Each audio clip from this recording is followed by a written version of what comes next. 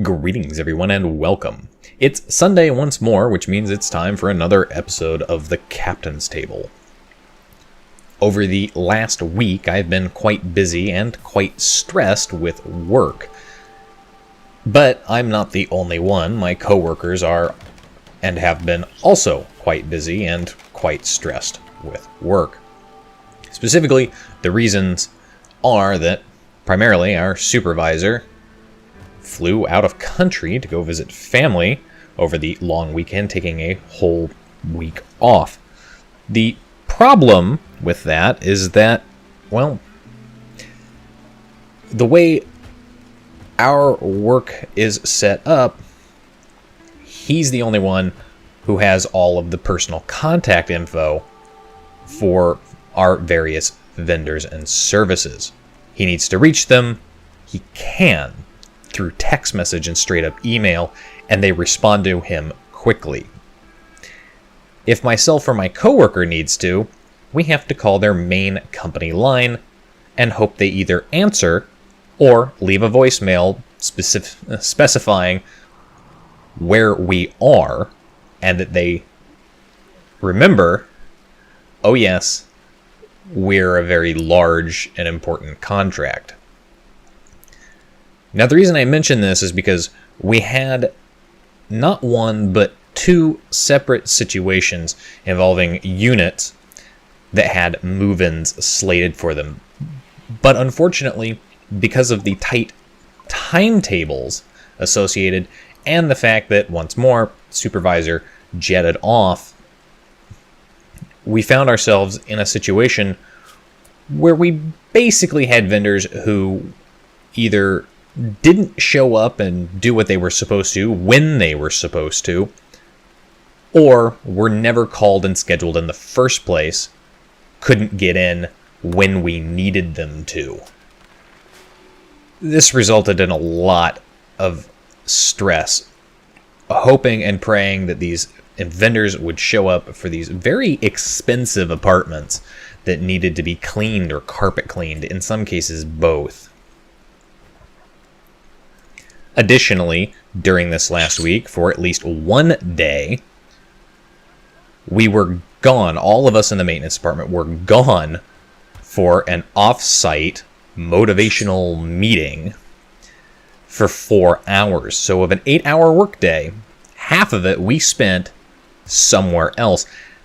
And while the maintenance motivation meeting was not a bad thing, because we are a different ownership, we operate with different standards and different metrics. This means everything that they talked about that we needed to work on improving, or ways to help improve, ways to prevent negative ticks against us, didn't matter at all. It also was kind of a disappointment at this meeting that they announced this national company competition. Each region would be competing amongst itself for pretty good prizes, basically the chance to win $100 each week in the form of a gift card that you could go and you could use to buy your maintenance team, you and your maintenance team, a nice lunch. And at the end of the 6-week period, there would be a grand prize, a second place, and a third place, which would be cash totals up to $3,000 for grand prize, split amongst the team. Now, the property I work at, we keep ourselves in pretty good condition, so we really could have been in the running for this competition. But as I mentioned, because we're a different ownership that operates differently, all of the metrics that they use for that competition, they don't apply to us. We don't have to follow them. We don't even see half of these items. So that was kind of a letdown. On Friday and on Saturday, I was the only maintenance person, well, the only person who could perform maintenance.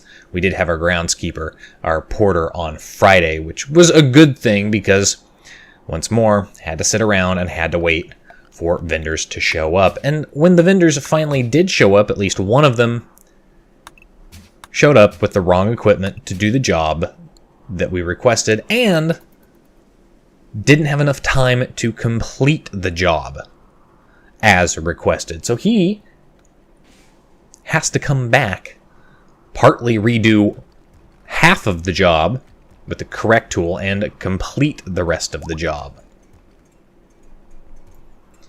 Saturday ended up not being any better with the realization that we had a unit that these people were moving in, and, well, it hadn't been cleaned. And none of our cleaning services that we use will work on Saturdays. And again, because I don't have access to certain systems and a list of our vendors, I can't call people on my own initiative. No, I had to call my supervisor in Mexico and start talking with him about getting vendors in for this basic fuck up, either on our end or on their end, probably both. At the end of the day, though, it is all going to come back on the maintenance department. And after getting a hold of somebody, I had to basically sit around and wait while the leasing agent was out in case that vendor showed up so that we could get them keys and they could get into the unit. But they just kept giving us this royal runaround. We'd call them. They'd tell us they were 30 minutes away. 35 minutes later, we'd call them, and they'd tell us they were still 30 minutes away. They did this for 4 hours. Honestly, I have no idea if that vendor actually showed up or not, because I got called to do other things. One of the things that I got called to do was to go declog a kitchen sink. Had this issue similarly happen about a month ago, maybe a little over a month and a half ago. And the issue with the kitchen sink was probably a ball of grease or something stuck deep down in the main drainage line, and everybody who used their kitchen sink above this guy, well, all of their nasty sink water was backing up into his sink. But this is where I ran into problems. Last time, I couldn't find our drain snake, so I wasn't able to get in there and snake it. This time I did find our drain snake, but I discovered that it was a shitty manual drain snake, and it only had about a 15-foot maximum extension. Well, I attempted to snake that drain. I got that drain snake about 10 feet in, kept hitting various resistances, which I'm sure were the pipes themselves, but couldn't really realistically find specifically a clog point. Certainly, every time I tried to spin that sucker around, I wasn't making much headway with it, and I just wasn't grabbing anything that would seemingly be a clog. The end result is, I drained the guy's sink, ran the snake, and then that was the end of my day.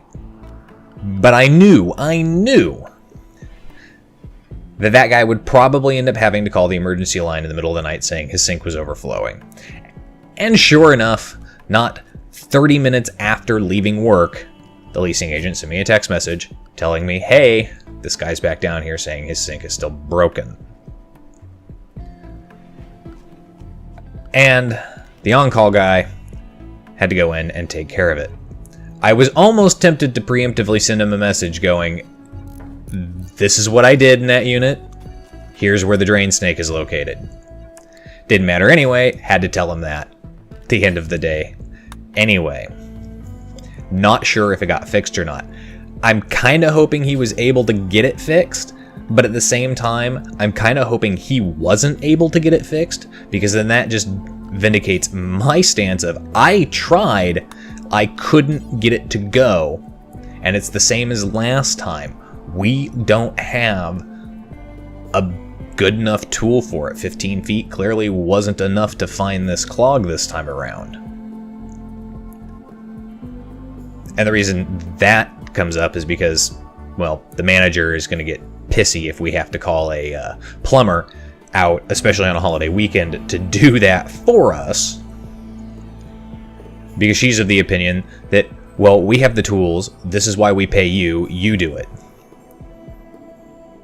But my opinion of it is, well, I'm not a trained plumber. I'm not a licensed plumber. If I was either of those things, I wouldn't be working for my current hourly rate. I would go be a plumber and make 40, 50, 60 plus an hour.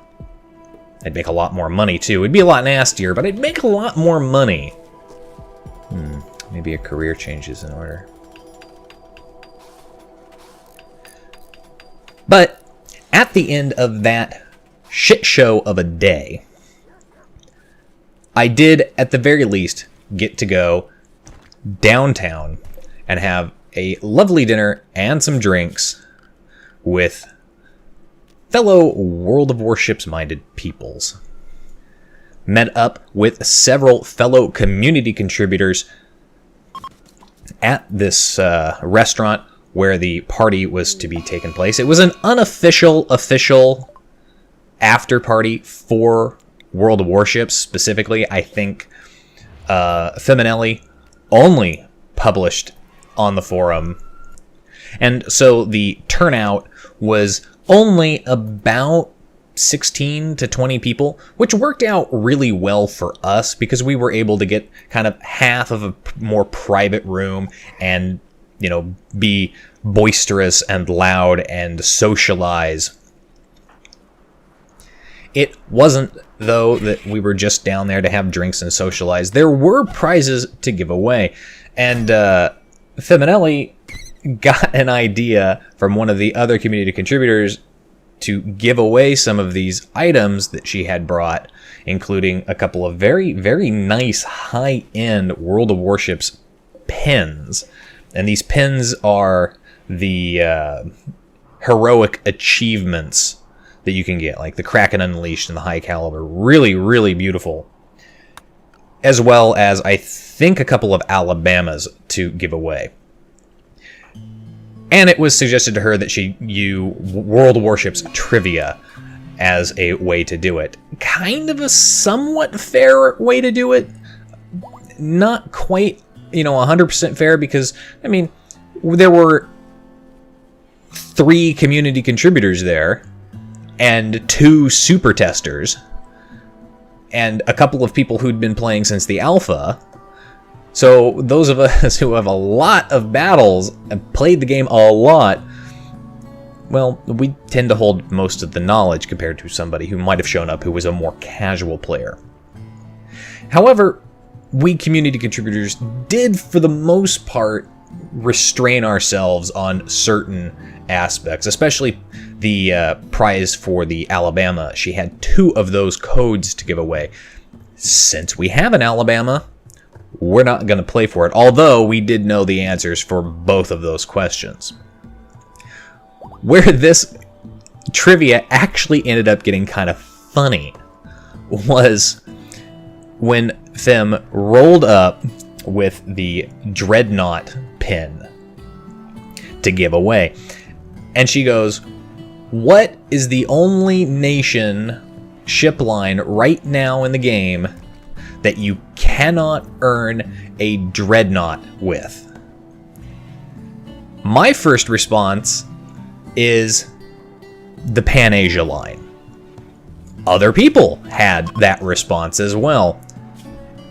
And it took Fem a moment to realize when she called on somebody who answered Pan-Asia that was, yes, correct, the Pan-Asia line. Not the line she was thinking of, though. So she came back with the next one. Asked the same question. What is the other line that you cannot earn a Dreadnought in? And somebody answered Poland because, well, everybody tends to forget about little Poland, especially right now, since it's only just one ship that you can't buy very often. So she had to surrender and give up that custom pin as well, that special pin. And finally, she came back, and at this point, I knew what the last line had to be. There's only one more in the game, and that is the Commonwealth. The Perth the vampire, and the Haida. No heals, so you can't earn a dreadnought, and that's the one she was thinking of the entire time. As a result of getting that one right, I got myself a very, very pretty and beautiful Kraken Unleashed pin. Fitting for me. Overall, I think the event went very well, and we took lots of pictures. Group photos were had. You'll probably see those posted on our Twitter, among other places. I'm certainly asking for the photos that were taken. We did the community contributors, and super testers, all of that. And to end out that night, the final bit that I found funny, kind of humorous, was one of my YouTube subscribers and fellow World of Warships YouTuber, although very small and very intermittent, was also there. He ended up actually taking all of these photos with Wargaming staff and the various people who wanted the pictures. And at the end of the night, he introduced himself. You know who you are. Navy Store, big shout out to you. And it took him a moment to realize who I was. But it's all good. Anyway, that's it for this week's episode of the Captain's Table. I hope you guys are having a wonderful holiday weekend. I'm finally getting a 3-day weekend. Super excited for that. Definitely needed. This is going to take me all 3 days to just do all of my housework because I'm kind of feeling lazy. And as always, I'll see you guys next time. This is Captain Rye, signing off.